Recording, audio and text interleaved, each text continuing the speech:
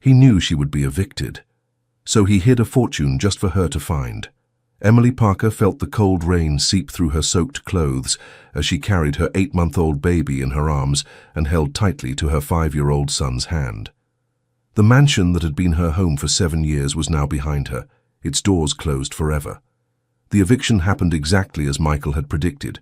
Her mother-in-law, Mrs. Dorothy, waited only 6 months after her husband's passing to put into action the plan she had been scheming for years. With documents proving the house was in her name, there was no way Emily could legally contest it. "This house has been in our family for generations," Mrs. Dorothy had said that terrible morning. "You're just an intruder who took advantage of my son."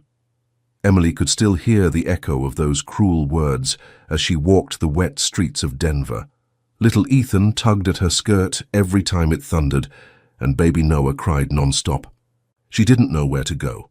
Her parents had passed away years before, and the few relatives she had lived far away.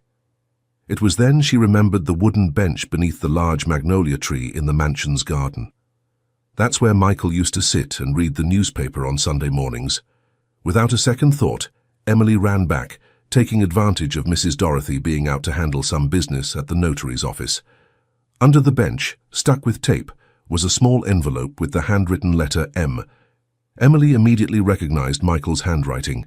Her hands trembled as she opened the rain-dampened paper. "My love, if you're reading this, it means my mother carried out her threat. Look where our story began. I love you forever. M." Emily's heart raced. Michael had foreseen all of this. During his last months of life, when he was very ill, he spent hours writing and going out alone. He always said he was taking care of some unfinished business. Emily thought it was just medical matters.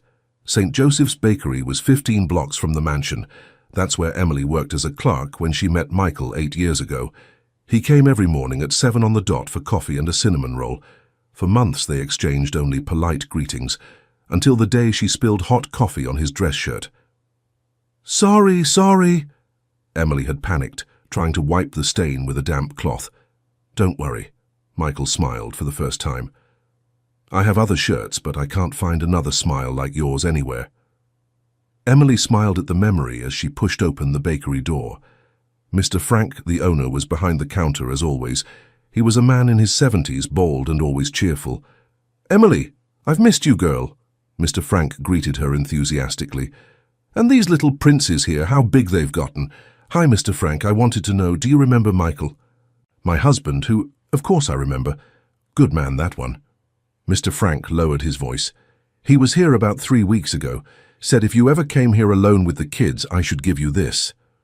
Mr. Frank disappeared into the back of the bakery and returned with another envelope. Emily opened it with growing anticipation. "You're on the right path. Now look in the park where I first declared my love, and don't worry about the rent here for a few years. It's already paid." Emily's eyes widened. Michael had paid the bakery's rent, Mr. Frank confirmed with a nod. "He came to me and said he wanted to help a place that meant a lot to him. Paid 10 years' rent up front. Only asked me not to tell anyone, except you if you showed up." Dear listener, if you're enjoying the story, please take a moment to like and especially subscribe to the channel. It really helps us who are just starting out. Now, continuing, Waterfront Park was a special place for Emily and Michael. It was there on a fall afternoon that he had asked her to be his girlfriend under a blooming magnolia tree. Ethan was sleepy, and Emily carried him in her arms as she walked along the paths looking for some clue. The baby Noah was crying from hunger, and she didn't even have money to buy a bottle. The situation was desperate when an elderly lady approached. "Miss, you look like you could use some help," said the white-haired woman with kind eyes. "I'm fine, thank you," Emily replied, trying to hide her despair. "My name is Margaret. I've worked at the neighborhood health clinic for 30 years. Your husband came to me a few weeks ago. He said if I saw a young woman with 2 small children searching for something in the park, I should give you this." Margaret pulled from her bag a keychain with a single key and a folded paper. "Emily, this key opens a safe deposit box at First National Bank downtown branch. The number is 3847. Password, our wedding date. Trust me, my love." Emily couldn't hold back her tears. Michael was still taking care of her even after he had passed away. But how would she get to the bank with the children in that state? Margaret, as if reading her thoughts, offered help. "Come with me, I live nearby. The children can have a bath and you can change. I have some of my daughter's clothes that should fit." Margaret's house was simple but welcoming. She prepared a warm soup and lent clean clothes to Emily and the children. While Ethan played with some old toys and Noah slept after feeding, Emily told her story to Margaret. "Your Michael was a man with vision," Margaret commented. "He told me his mother never accepted you, and that if anything happened to him, she would try to take everything from you." At the bank, Emily was assisted by a manager who recognized Michael's name. The safe deposit box had been registered in her name since 3 months before her husband's passing. But when they opened the box, it was completely empty except for a hand-drawn map. The map showed the streets of the Park Hill neighborhood, where Emily had grown up. One specific house was marked with a red X. It was the house where she had lived with her parents before they passed away. But that house had been sold 5 years ago to pay the family's medical debts. Emily took a bus to Park Hill with a heavy heart. The neighborhood had changed a lot. Many new houses, paved streets. The house where she grew up looked different, painted light blue with a well-kept garden in front. A middle-aged woman answered the door. Emily introduced herself and explained that she had lived there years before. The woman, who said her name was Deborah, was very welcoming. "What a coincidence. A young man was here a few months ago asking about you. He said he was your husband.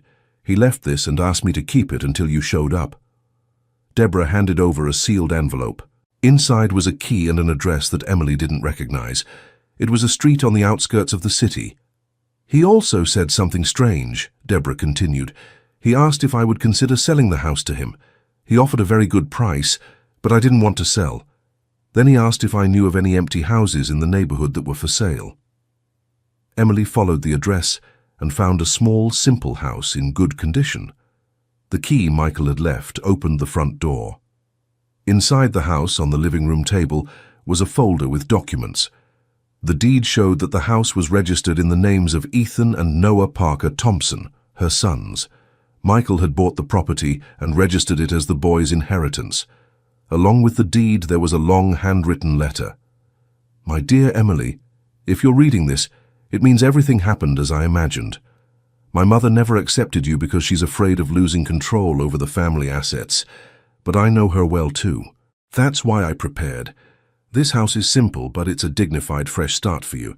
It's fully paid off and in our children's names. My mother can't take this from you. In the backyard, on the third board of the fence, on the left side, you'll find one more thing I saved for you. I love you forever, Michael." Emily ran to the backyard. The third board of the fence was loose. Behind it, in a sealed plastic bag, was another envelope with a different key and an address for a storage company. At the storage unit, Emily found not only the furniture Michael had removed from the mansion before passing away, but also several sealed cardboard boxes. Inside the boxes, she discovered something that left her speechless. They were documents for rural properties Michael had purchased over the last 5 years. There were 12 land lots in a region Emily didn't know, in rural Colorado. The documents showed Michael had invested his savings in these seemingly worthless lands. But there were also newspaper clippings and official documents about a project to build a new highway. Emily knew nothing about land or investments. She decided to seek help from Richard, an accountant friend of Michael's who had always been loyal to the family. Richard was impressed when he saw the documents. "Emily, your husband was very clever. These lands are exactly along the route of the new highway that will connect Denver to the rural areas. The project was approved last month. The value of these lots will multiply at least 1,000 times. Meanwhile, Mrs. Dorothy discovered Emily had disappeared from town and began investigating. She hired a private detective to find her daughter-in-law and discover if Michael had left anything for her. The detective found out about the house in Park Hill and reported everything to Mrs. Dorothy.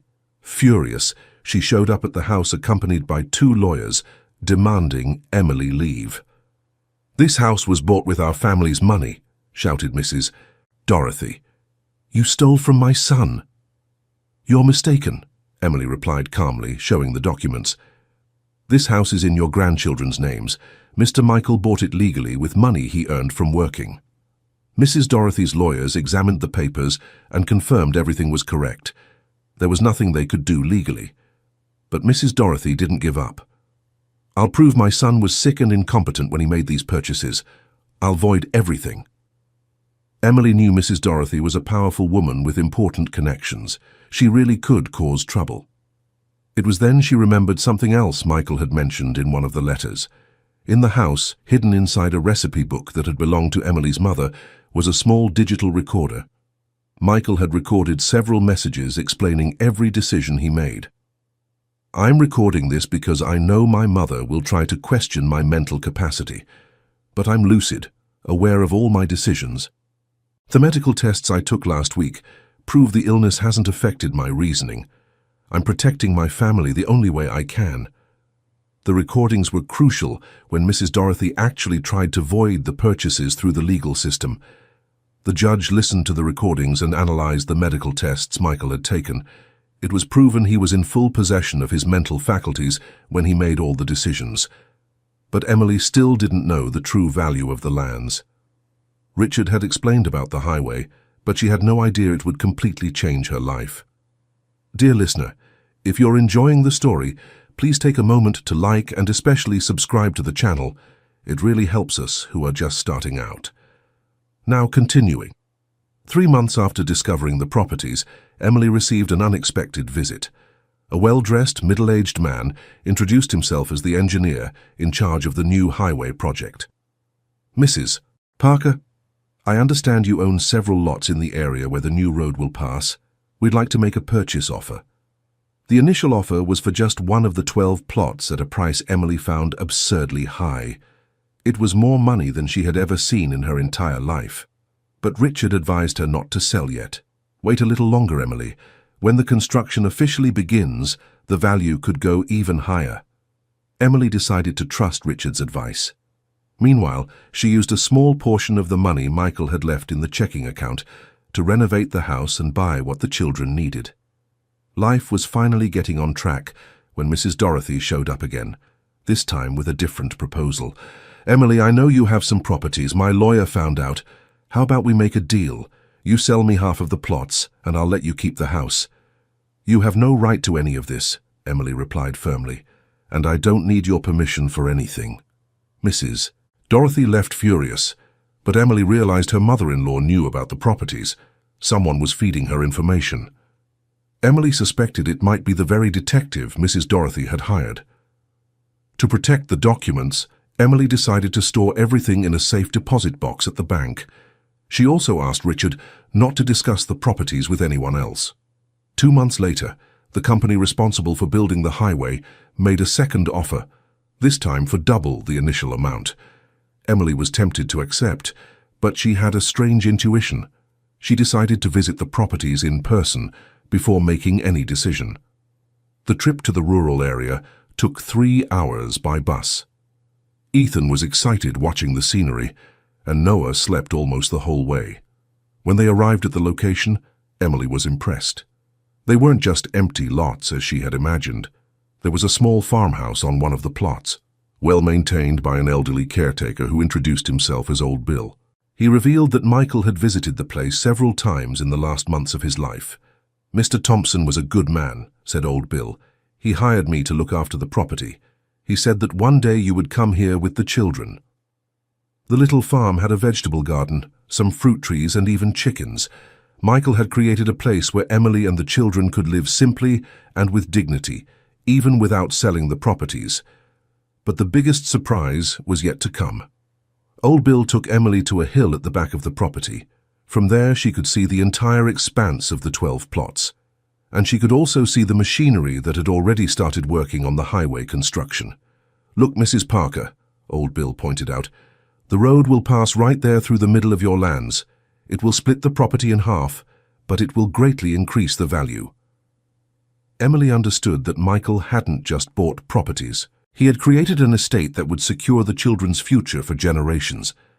But he had also prepared a refuge in case she wanted to escape the pressure of the city. Back in Denver, Emily made a decision. She sold only one of the 12 plots, the smallest one. for an amount that was enough for her to live comfortably for the rest of her life without needing to work. With the money from the sale, Emily paid for all her children's education at good private schools, set up an investment fund for their future, and still had enough left for her to start a small business. She decided to open a snack bar in the same neighborhood where she now lived. She wanted to work, but in something that was her own. The snack bar Emily's Flavors became a success in the area. She served homemade food and always had a smile for every customer. Mrs. Dorothy tried once again to get closer, this time with a different approach. She showed up at the snack bar pretending to be a regular customer, but Emily recognized her immediately. "What do you want, Mrs. Dorothy?" "I want to meet my grandchildren," her mother-in-law replied with a choked voice. "I know I made mistakes. I know I was cruel to you, but they are all I have left of my Michael." Emily felt like sending her mother-in-law away, but she thought of her children. Ethan was already 6 years old and always asked about the grandmother he had met as a baby. She decided to give Mrs. Dorothy a chance, but with conditions. "You can visit the children once a week for 2 hours, always with me present. Any sign that you're trying to manipulate or harm them, the visits end." Mrs. Dorothy accepted the conditions. The first visits were tense, but over time she began to show genuine affection for her grandchildren. Emily realized that behind the cold and controlling woman was a grandmother who missed her family. One day, during one of the visits, Mrs. Dorothy made an important confession. "Emily, I need to ask for your forgiveness. It wasn't just jealousy or prejudice. I was afraid of being alone. Michael was all I had. When you came into his life, I thought I was going to lose him." "You were never going to lose Michael," Emily replied. "He loved you very much. He always spoke of his mother with affection, even when she treated me poorly." This conversation marked a change in the relationship between the two. Mrs. Dorothy started helping at the snack bar on weekends, whenever Emily needed to take care of something and couldn't bring the children. 3 years after being expelled from the mansion, Emily had built a completely new life. The snack bar was thriving, the boys were growing up healthy and happy, and she had found peace within herself. One Sunday afternoon, Ethan found a letter that had fallen behind a piece of furniture during the move. It was the last letter Michael had written, specifically addressed to his eldest son. "My son Ethan, when you read this, you will already be a big and brave boy. I want you to know that your father will always be watching over you, even if I'm not present. Take care of your mother and your brother. They are the most precious treasures I leave in this world." Ethan, even though still a child, understood the importance of that letter. He asked Emily to keep it so he could read it again when he was older. On the 4th anniversary of Michael's passing, Emily organized a small tribute in the backyard of the house. All the family she had built was present. Mr. Frank from the bakery, Margaret from the health center, Richard the accountant, some loyal customers of the snack bar, and even Mrs. Dorothy. "Michael always said that family isn't just about sharing the same blood," Emily told everyone. "Family is who stands by our side in difficult times. All of you are our family." Dear listener, if you're enjoying the story, feel free to leave a like and especially subscribe to the channel. It really helps us who are just starting out. Now, continuing. 5 years later, when Ethan turned 10, Emily received an unexpected proposal. The City Hall was developing a social project to help single mothers in vulnerable situations. They wanted Emily to coordinate the project, since she knew firsthand the difficulties these women faced.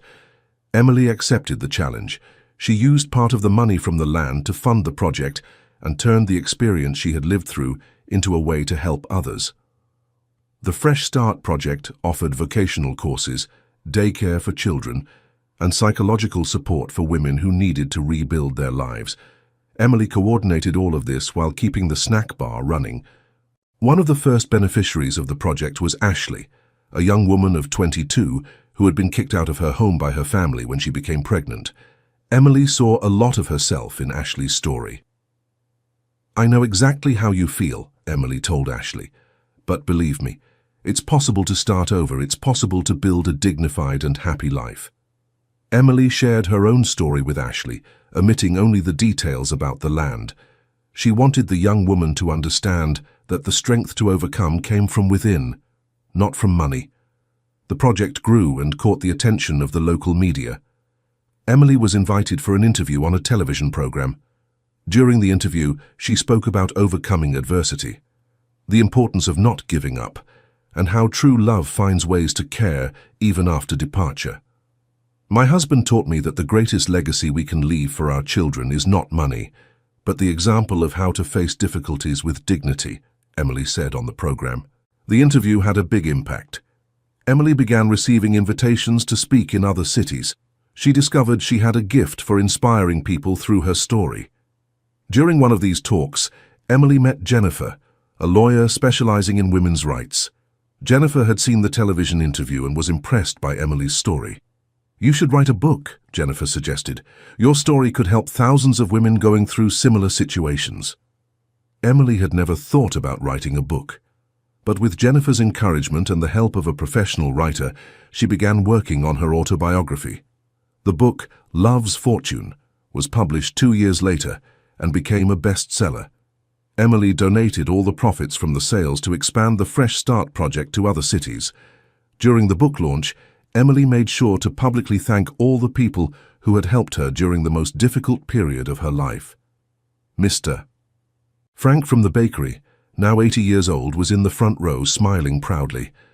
"Without people like you, I wouldn't have made it," Emily said during her speech.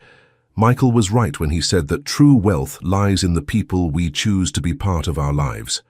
That same night, Emily received an unexpected call. It was from a television producer interested in turning her story into a mini-series. Emily was hesitant at first, but decided to accept when she learned that the project would also include a national campaign to support mothers in vulnerable situations. Filming the mini-series was an emotional experience for Emily. Seeing her story told by professional actors made her reflect on everything she had been through. She realized how much she had grown and strengthened over those years. Ethan, now 12, was fascinated by the filming. He had inherited his father's sensitivity and showed an interest in communication and film. Noah, at 8, was more like Emily, practical, determined, and always making sure everyone around him was okay. During the filming, the actress playing Emily asked to speak with her in private. "I play many roles, but I rarely come across a story as real and inspiring as yours," the actress said. "I want you to know that your courage is inspiring the entire production team." The miniseries aired in prime time and broke viewership records. Emily became a respected public figure, always associated with the fight for women's rights and support for families in vulnerable situations. But success did not change her essence. Emily continued to live in the same modest house, kept the snack bar running, and devoted most of her time to the Fresh Start project. In an interview for a women's magazine, Emily was asked what had been the most difficult moment in her entire journey. "The hardest moment was when I left the mansion in the rain, carrying my children, not knowing where to go," she replied. "But it was also the moment that marked the beginning of my true freedom." "And what was the happiest moment?" "It was when I understood that Michael never abandoned me. Every clue he left was a way of saying he believed in my strength. He gave me the opportunity to discover that I was stronger than I imagined." 10 years after being forced out of the mansion, Emily organized a big party to celebrate the success of the Fresh Start project. More than 200 women had been helped by the program, and many of them now had their own businesses. During the party, Ashley, the first person to benefit from the project, gave an emotional speech. "Emily didn't just give me a professional opportunity," Ashley said. "She gave me back my self-esteem and hope. Today I have my own clothing store and can support my daughter with dignity." Emily cried as she listened to the testimonials. She had turned her pain into purpose, her difficult experience into a tool to help others. Mrs. Dorothy, now 75 years old, had become a present and caring grandmother. She actively collaborated with the Fresh Start project and had learned to value people for their genuine feelings, not their social status. "Emily, I want to thank you for giving me the chance to truly get to know my grandchildren," Mrs. Dorothy said during the party. "And I want to apologize once again for taking so long to recognize the wonderful woman my son chose." "The past is in the past, Mrs. Dorothy," Emily replied with a sincere hug. "What matters is the present we're building together." Ethan, now 15, had become a responsible young man and dreamed of studying communication to continue telling stories that inspire people. Noah, at 12, showed an interest in business and always said he wanted to help his mother expand the project across the whole country. One quiet evening, while organizing papers at home, Emily found the first letter Michael had left for her. She reread the affectionate words and felt immense gratitude for everything she had experienced. Michael had been a man ahead of his time. He not only provided financial protection for the family, but also created a path for Emily to discover her own strength and life purpose. Emily put the letter back in the drawer and went to check if the boys were asleep. Ethan was reading a book about screenwriting, and Noah had fallen asleep on top of his school books. She tenderly covered them both and watched for a few minutes. "Michael, our children are growing up strong and generous, just as you dreamed," Emily whispered. "And I finally understood what the real treasure was that you hid for me. The certainty that I was capable of overcoming any obstacle." The next morning, Emily woke up with a special energy. She had a new idea to expand the Fresh Start project. She wanted to create a national support network, connecting women who had overcome difficulties with those who were beginning their journey of rebuilding. During breakfast, she shared the idea with her sons. "Mom, that would be amazing," exclaimed Ethan. "We could make a documentary about these women to inspire others." "And I can help with the administrative part," added Noah. "I've learned a lot from watching you organize everything." Emily smiled at her son's enthusiasm. Michael would be proud to see how they had grown up with solid values and a desire to help others. That same day, Emily called Jennifer, the lawyer who had become a close friend. "Jennifer, I have a new idea. What if we create a national foundation?" "Emily, you're always surprising me with your innovative ideas. Let's talk in person. I think I can help with the legal side." The Michael Thompson Foundation was established 6 months later, with the goal of supporting women in vulnerable situations across the country. Emily used a significant portion of the money from the remaining land to fund the initial project. The foundation quickly gained support from companies, individuals, and even government agencies. Within 2 years, it was already operating in 15 states of Brazil. During the foundation's launch ceremony, Emily gave a speech that moved everyone present. "When my husband Michael hid those clues around the city, he wasn't just leaving me money.